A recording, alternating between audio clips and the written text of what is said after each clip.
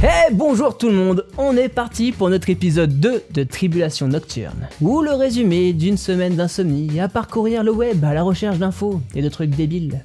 Est-ce que vous vous êtes déjà posé la question de pourquoi quasiment tous les films présents sur Netflix sont vieux? Et c'est pas que pour Netflix, c'est le cas de toutes les plateformes de vidéos à la demande par abonnement. C'est grâce à la sainte chronologie des médias. Mais qu'est-ce donc que ce truc? La chronologie des médias est un accord signé entre tous les acteurs de l'audiovisuel français pour décider de quand il est possible de diffuser un film sur une plateforme. La version actuelle, en résumé, c'est ça.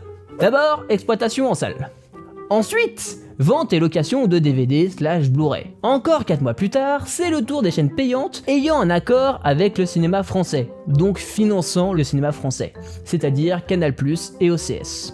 22 mois après, c'est disponible pour la télévision gratuite. Et enfin, après encore 14 mois, donc 3 ans depuis la sortie en salle, c'est enfin le tour de la SVOD avec Netflix, Amazon Prime et Disney+. Alors soyons clairs, je n'ai pas vraiment envie de défendre les grosses boîtes américaines. Mais là j'avoue, y'a douille. Alors évidemment ils ont gueulé. Et la meilleure manière de gueuler, c'est de produire des films et de juste pas les diffuser au cinéma. Donc dans ce cas, pas de chronologie des médias. Mais ils ont le droit de faire ça? Bah oui, rien ne les en empêche. La réponse du cinéma américain a été de dire, avec Spielberg à la tête, que si vous projetez pas vos films au cinéma, vous n'avez pas le droit d'avoir des Oscars. Alors la négociation des Américains a été beaucoup plus simple qu'en France. Une semaine d'exploitation en salle, payante, avec bien sûr le film disponible sur la plateforme à partir du premier jour. Ouais ça va, je pense qu'ils vont s'en remettre, ouais. Eux c'est disponible jour 1. Nous, s'ils projetaient les films en France, faudrait attendre 3 ans pour les avoir sur Netflix.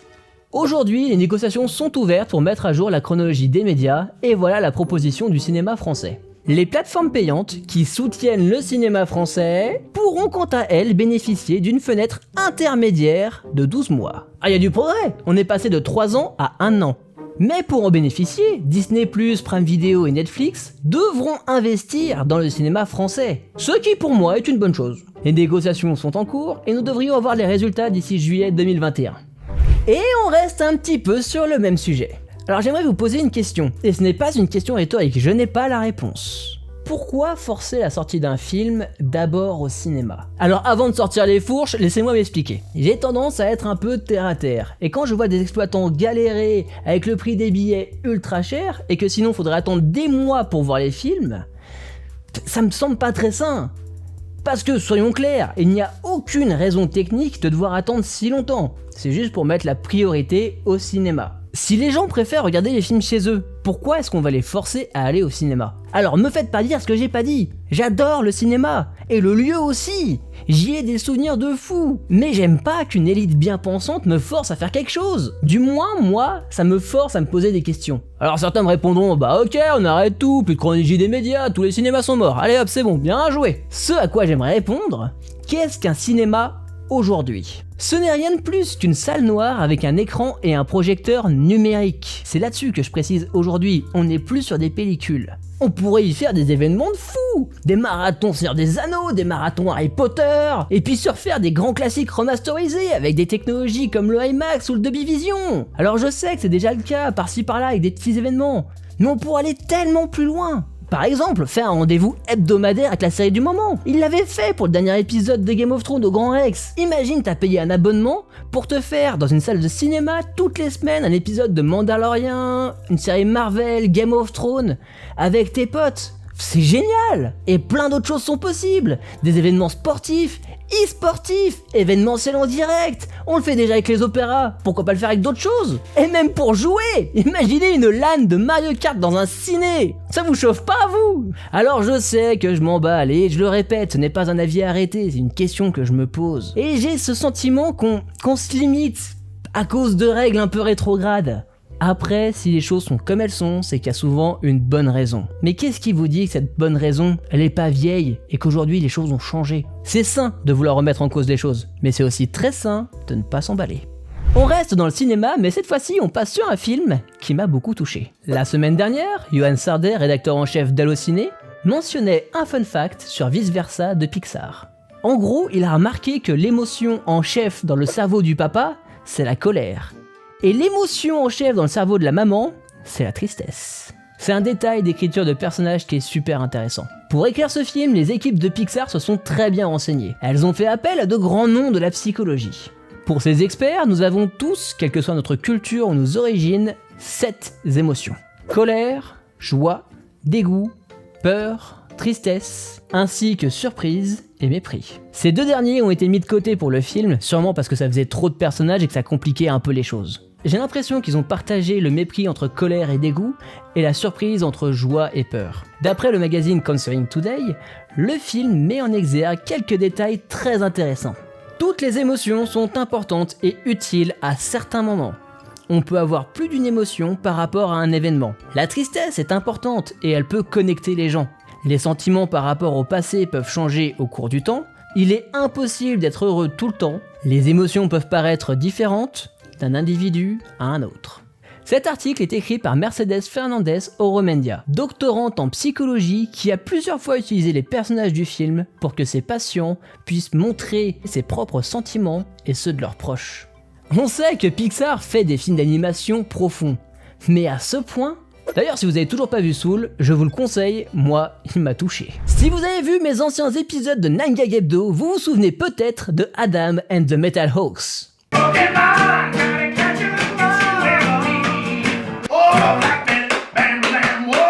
Je ne pouvais pas m'empêcher de voir une certaine ressemblance dans la voix avec l'acteur Jack Black.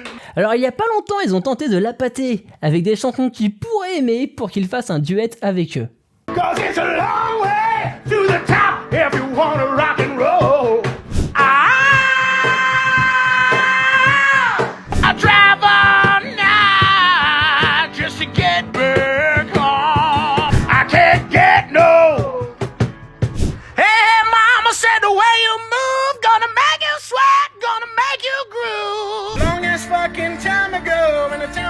Et finalement, au 6e jour, alors qu'ils interprétaient l'intro de The Peak of Destiny, Jack Black descendit de son trône et fit son apparition.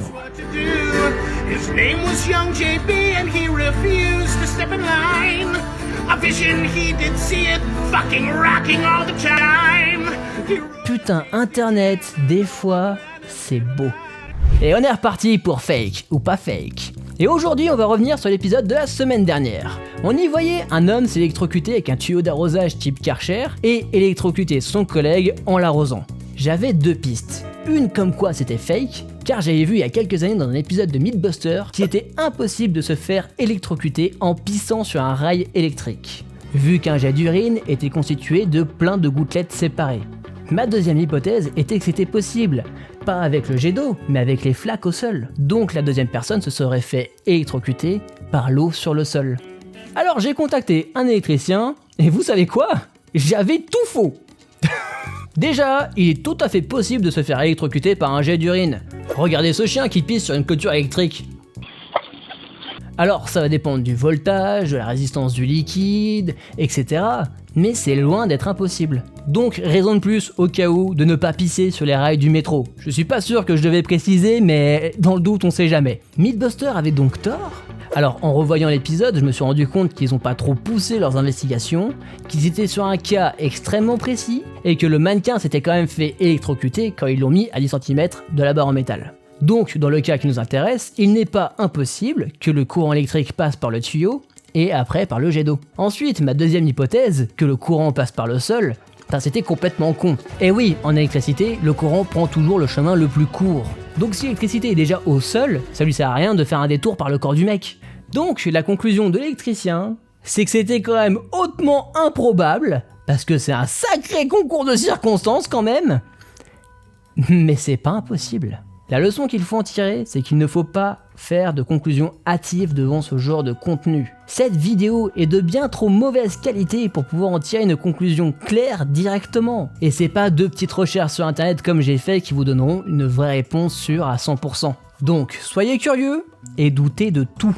Petit bonus, quand j'ai publié la vidéo sur TikTok, je l'ai coupée en 2. Sur la première partie, je mettais en avant le côté fake, et sur la deuxième partie, je mettais en avant le côté pas fake. Et j'y avais mis 2 sondages. Sur le premier, vous avez voté fake à 80% avec 45 votes. Et sur la seconde, vous avez aussi voté fake, mais que à 62% avec encore 45 votes. Donc avec mes arguments complètement faux, j'avais réussi à faire changer d'avis 20% des personnes. C'est énorme. Je trouve que c'est une bonne leçon sur l'influence d'Internet. Pas vous ? Et maintenant, petite vidéo Nangag pour finir. Nous sommes dans un quartier résidentiel.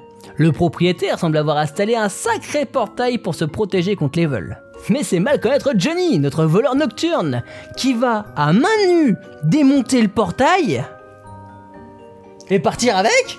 Même le chien il comprend pas. Ok, j'ai ma dose internet pour aujourd'hui. J'ai eu beaucoup de retours sur l'épisode 1, donc déjà, merci beaucoup. J'ai le sentiment d'avoir un espace où je vais pouvoir parler de tout et tenter des choses. Donc je suis super content. N'hésitez pas à vous abonner et à partager la vidéo si ça vous a plu. Moi je vous fais des bises et je vous dis à la semaine prochaine. Tchuss!